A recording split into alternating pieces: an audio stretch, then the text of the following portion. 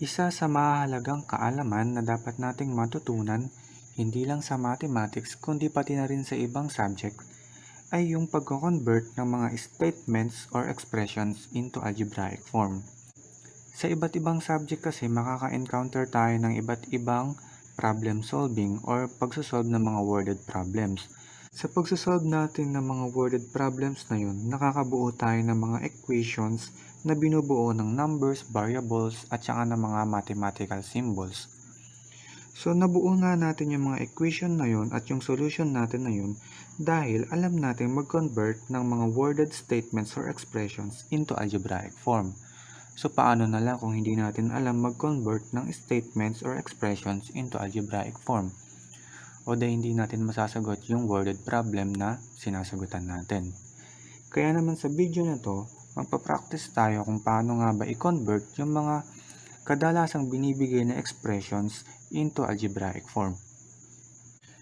Siguro naman tayo, may mga alam na tayong clue word or mga signal word na magpapahiwatig sa atin kung yung nabasa ba nating statement or expression ay nag-a-add, nagsusubtract, nagmumultiply or nagdi-divide. Para sa addition, ito yung mga ilan sa mga clue words na magagamit natin or magpapahiwatig sa atin na yung expression or statement na binasa natin ay nag-a-add. Una, yung plus, sumunod yung increase by, added to, more than, o kaya naman greater than. At syempre, meron pang ibang mga clue word na hindi pa natin nalalagay dito. Para naman sa subtraction, ito naman yung ilang examples na mga clue word na pwedeng magpahiwatig sa atin na yung statement or expression naman ay nagsusubtract. Una, yung minus, less, less than, decreased by, tsaka yung difference of. At syempre, marami pang iba. Para naman sa multiplication, ito yung mga pinaka-ginagamit or yung mga pinakamadalas nating makikita sa mga statements or expressions. Yung product of, yung times, tsaka yung multiplied by or yung multiplied to. At para naman sa division, ito yung mga pinakamadalas natin makikita. Yung quotient of, tsaka yung divided by or yung divided into. May mga ganon. So ngayon, mag-practice na tayo sa pagko-convert ng ilang mga statement or expressions into algebraic form. So unahin na nga natin i-convert itong x plus 3.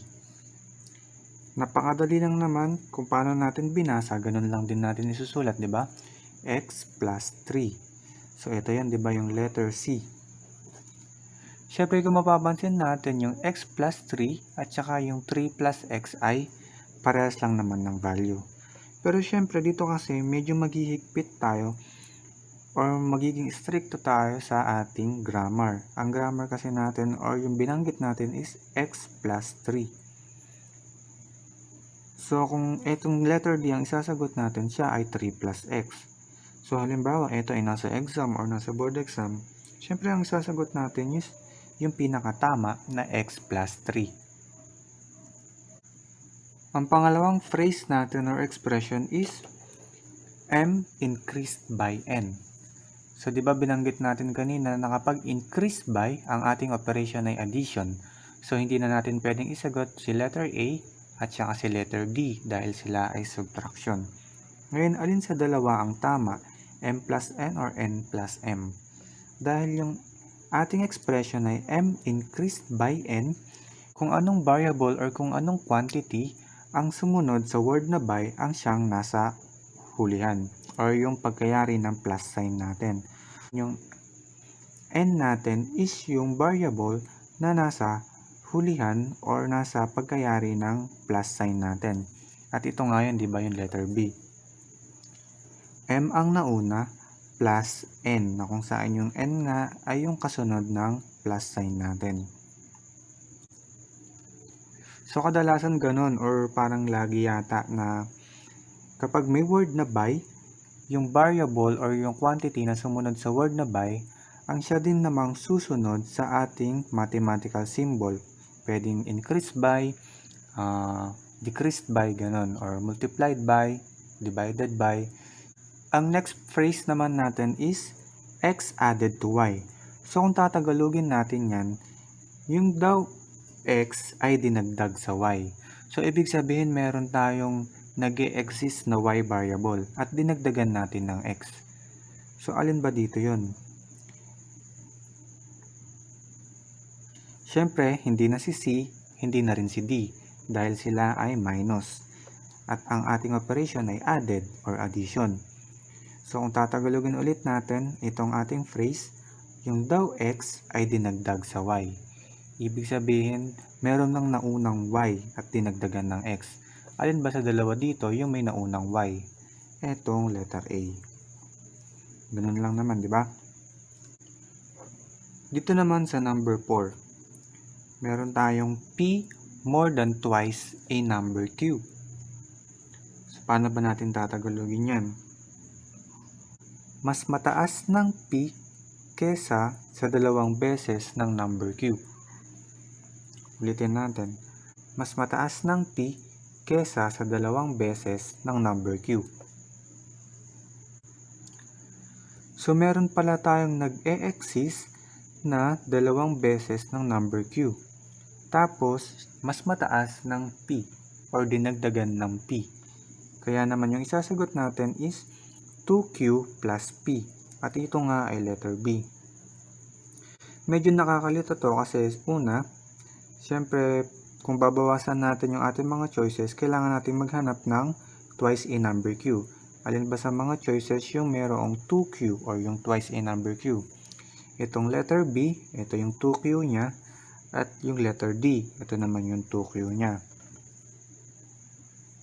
Siyempre sa solution natin, hindi naman tayo magkakamali kahit alin dito yung gamitin natin. Pero, magsanay tayo sa ganitong practice kasi pagdating ng subtraction or ng iba ng operation, baka magkamali na tayo kung hindi natin sinasana yung sarili natin sa tamang ayos ng algebraic form natin from the expression. Para mas madali na lang, ganito na lang isipin natin. Kung anong variable or quantity yung nauna sa word na more than ang siyang susunod sa mathematical symbol natin. So dito kasi sa more than, ang mathematical symbol natin ay plus. Dahil P yung variable na nauna sa phrase natin na more than, siya yung variable na susunod sa plus sign. Kaya ito yun, di ba? Yung P, yung variable na sumunod sa plus sign. Ibig sabihin, yung expression or yung phrase na sumunod naman sa word na more than or sa phrase na more than, ang siyang nasa unahan. At ito nga yan, twice a number Q, kaya 2Q. Kaya dito sa D, hindi siya yung sinagot natin kasi yung P yung nasa unahan, tapos yung 2Q yung sumunod sa plus sign. Para naman sa number 5, ang ating phrase ay half of x greater than thrice of number y. So dito meron tayong phrase na greater than na kung saan pinaghihiwalay niya yung mga quantities na half of x tsaka thrice of number y. So sa choices, hanapin na natin yung mga quantities na merong half of x tsaka thrice of number y. Ibig sabihin, tatlong beses ng number y tapos kalahati ng x. Hanapin natin yung mga letter o yung mga choices na merong x over 2, half of x, tsaka 3 times y or 3y, tatlong beses ng y. Una, itong C, and then yung D naman. So, mali si A dahil siya ay y over 2, 3x. Ganun din naman yung B, 3x, y over 2. So, hindi sila yung sagot. Paano ulit natin pipiliin yung pinakatamang sagot between letter C and letter D? Katulad ng sa more than, ganun din, kung anong quantity or phrase ang nauna sa word na greater than, ang siya rin namang susunod sa plus sign kapag nasa algebraic form na tayo. At kung aling phrase or word or quantity naman yung sumunod sa word na greater than sa ating statement or expression, ang siya namang mauuna sa plus or minus sign sa ating algebraic form. So, dahil ang nauna ay half of x, dapat plus x over 2. Asan ba sa dalawa ang merong plus x over 2? At ito nga yung letter C. Half of x greater than thrice of number y. 3y plus x over 2 yung katumbas niya sa algebraic form natin. Para naman sa item number 6 natin, ang phrase ay sum of square root of p and the cube of q. So meron daw sum. Ibig sabihin meron tayong 2 or more quantities na ina-add or binibigyan ng sum. So kailangan ng ating sign ay addition or plus sign. Ito yon. Plus naman lahat ng ating choices. So dito meron dalawang quantity na kung saan in-add ng item number 6 natin. Una is the square root of p at yung pangalawa naman is the cube of q. So ibig sabihin meron tayong square root ng p tsaka cube of q or q raised to 3. So hanapin lang naman natin sa choices kung alin yung may tamang representation ng square root of p tsaka ng cube of q. Unahin natin yung a. Square root of p tsaka cube of q or yung q raised to 3. So tama ang a. Pwede na nga natin bilugan kasi tama, di ba? Pangalawa, square root of p ba to? Hindi. So mali na yung b. Yung c, square root of p plus cube root of q naman yung nandito. So mali din. Ang kailangan natin is q raised to 3 or cube of 3 or cube of q.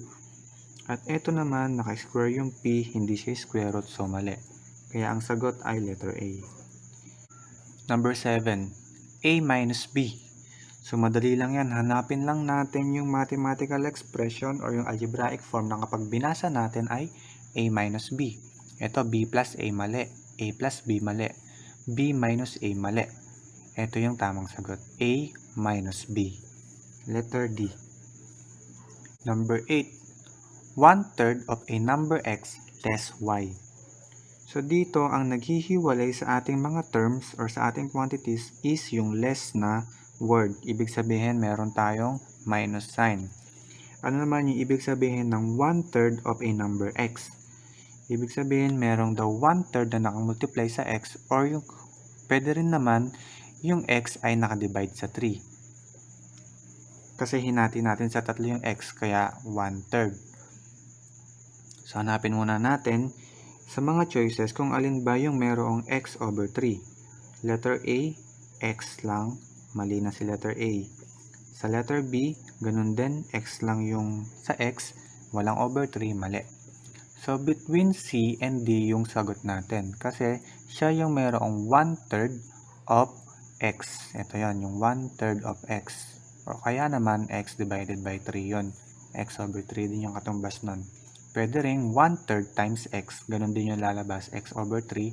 1/3 times x. X over 3. So, between C and D ngayon hanapin nating sagot. Dito tayo babase sa word na less y. Merong pinagkaiba yung less sa less than.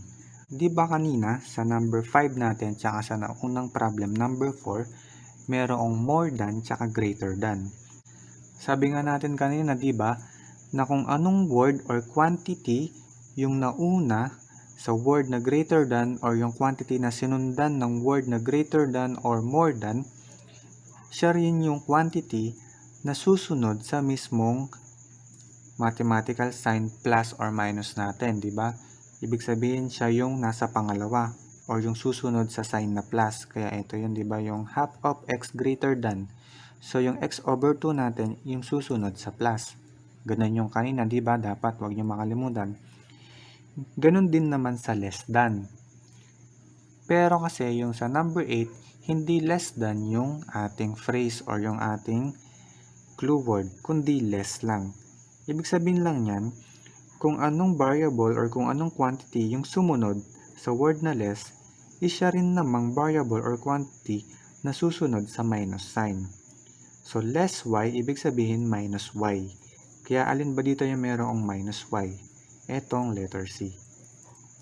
So dito sa subtraction, makikita na natin na magkakamali tayo kung letter D yung isasagot natin. Kasi diba dito sa sagot natin na letter C, positive yung x over 3, negative yung y. Pero dito sa D, positive yung y, negative yung x over 3. So magkaiba, diba? Kaya dapat Tandaan natin yung mga sinasagutan natin ganitong pagko-convert ng expression into algebraic form. Number 9, y lowered by triple a number x. So dito meron ulit tayong dalawang quantity na pinaghihiwalay ng word or phrase na lowered by. Ibig sabihin subtraction ng ating operation. Kaya naman minus yung makikita natin sa choices. Una is yung quantity na y, tsaka yung pangalawang quantity naman is triple a number x or 3x. So hanapin na natin sa choices kung alin yung may y tsaka 3x. Una, itong letter A, y tsaka 3x. Yung B, mali. Kasi yung y yung may 3. Yung C, 3x tsaka y. So pwedeng C. At yung D naman, mali. Kasi y yung may 3. So between letter A and letter C ang isasagot natin. So ganito naman ulit yung tatandaan natin kapag mayroong word na by sa addition tsaka sa subtraction. Parang nabanggit na to kanina, di ba? Kung anong variable or kung anong quantity yung sinundan ng word na by, siya yung sumunod or siya yung susunod sa ating mathematical symbol na minus or plus. So, y lowered by. Ibig sabihin, y minus 3x. Ito yan, letter A. Kasi diba, yung word na by, sinundan siya ng triple a number x. Number 10. X decreased by double of a number y. So, meron tayong clue na decreased by. Ibig sabihin, meron tayong dalawang quantities na paghihiwalayin ng minus sign. Kaya, minus sign yung mga choices natin. So, may nakita ulit tayong by. So, kung anong word or kung anong quantity yung sumunod sa by, is siya yung sumunod sa minus sign. So, by double of a number y. Ano ba yung double of a number y? 2y. Kaya meron tayong decrease by minus 2y. Kaya x minus 2y. Asan yung x minus 2y? Itong A. Sana nagagets or nasusundan na natin. Number 11. The difference of the square of a number x and half of y. So, ang clue natin is the difference. Kaya naman, minus sign yung maghihiwalay sa mga quantities natin. So, minus sign lahat ng choices natin. So, alin ba yung dalawang quantities na kinukuhanan natin ng difference? Siyempre, ayun yung mga quantities na pinaghihiwalay ng word na and. Ito yung and natin, di ba? Kaya naman, ito yung unang quantity. Tapos, ito naman yung pangalawang quantity. So, ang unang quantity is the square of a number x. So, ano ba yung square ng x? X square. Kaya, x raised to 2. So, x raised to 2, x raised to 2, x raised to 2, x raised to 2. So, yung apat na to is possible answers pa din. Ano naman yung pangalawa? Half of y. Ibig sabihin, kalahati ng y. Ang y natin ay nakadivide sa 2. So, mali si A. Hindi nakadivide sa 2 yung y. Si B, pwede. Si C, mali kasi naka times 2 yung y. At yung D, pwede kasi naka y over 2 or naka-divide sa 2 yung y. So, kapag naman sinabi natin difference, kung ano yung naunang quantity, ayun yung nasa unahan. Tapos, kung ano yung pangalawang quantity, ayun yung nasa pangalawa or yung after ng minus sign natin. So, dahil nauna yung square of a number x, kailangan x square yung nasa unahan minus yung y over 2. Nasaan yung x square minus y over 2? At ito yan, letter D. X square minus y over 2. Number 12. A number x is subtracted from twice a number y. So, ang clue natin ay subtracted from. Kaya naman minus yung mga makikita nating sign sa ating choices. So, yung subtracted from, pinaghihiwalay niya yung quantity na number x tsaka yung twice a number y.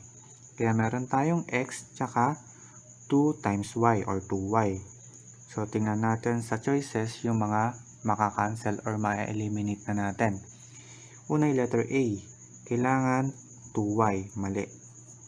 Yung B din, mali dahil yung y ay hindi naka-times sa 2. At yung x naka-times sa 2. Yung C, 2y tsaka x. Pwedeng answer. Yung D naman, 2y tsaka x. So, pwede ring answer. So, mamimili tayo sa C tsaka sa D kung alin yung tamang sagot. Kung tatagalogin natin yung statement natin, a number x, meron daw x, subtracted from, binawas sa, twice a number y. So, 2y. So, meron daw tayong x na binawas galing sa 2y. So, ibig sabihin yung 2y yung pinanggalingan. Kasi, di ba meron tayong word na from twice a number y. Nanggaling sa twice a number y. Ibig sabihin yung 2y dapat yung nasa unahan. At between letter C and D, letter C yung tamang sagot kasi siya yung may 2y sa unahan. Number 13, a number x less than the product of y and z. So dito ang clue natin is yung word na less than or yung phrase na less than. Ibig sabihin minus tayo or subtraction, kaya naman minus sign yung nasa choices natin. Ang phrase na less than, pinaghihiwalay niya yung quantities na number x tsaka yung product ng y and z. Kaya meron tayong yz at may nakahiwalay na x. So alin ba sa mga choices yung nakahiwalay yung x? Ito yon. Letter A, letter B, letter C mali na, yung letter D mali na kasi yung mga x ay meron ng kasamang variable y. So alin na ulit dito sa letter A tsaka sa letter B yung tamang sagot. So meron ulit tayong nakitang word na than. Ibig sabihin kung anong quantity or variable yung sumunod sa word na than dito sa ating statement ay yung siyang mauuna. Kaya meron tayong yz minus x kasi merong word na than, di ba? Ilang ulit na nating binabanggit na kung anong variable or quantity yung susunod sa word na than ang siyang mauuna. Kaya yz minus x. Letter A ang sagot. Number 14. The product of the cube of x and the square of y. So, ang clue natin ay the product of. Ibig sabihin, meron tayong multiplication na operation. So, hanapin natin sa mga choices kung alin yung merong multiplication na operation. Letter A, mali kasi over yon, division. Letter B, pwede. Yung letter C, mali din kasi over or division. Letter D, pwede. So, between letter B and letter D lang yung pwede nating sagot. At dito, ang next na gagawin natin, i-check na lang natin kung alin nga ba yung tamang representation ng mga quantities. Ang dalawang quantities kasi is yung pinaghihiwalay nung end. Yung cube of x tsaka square ng y. Ibig sabihin yung x naka-cube or naka-raise sa 3, tapos yung y naka-square or naka-raise sa 2. Kaya x cube y square. Nasaan yung x cube y square? Etong letter B. Ang letter D kasi, x yung naka-raise sa 2, y yung naka-raise sa 3. Kaya mali siya. So, number 15, p divided by q. Huwag na nating lagyan ng choices kasi yung p lang naman is divided by q or p over q.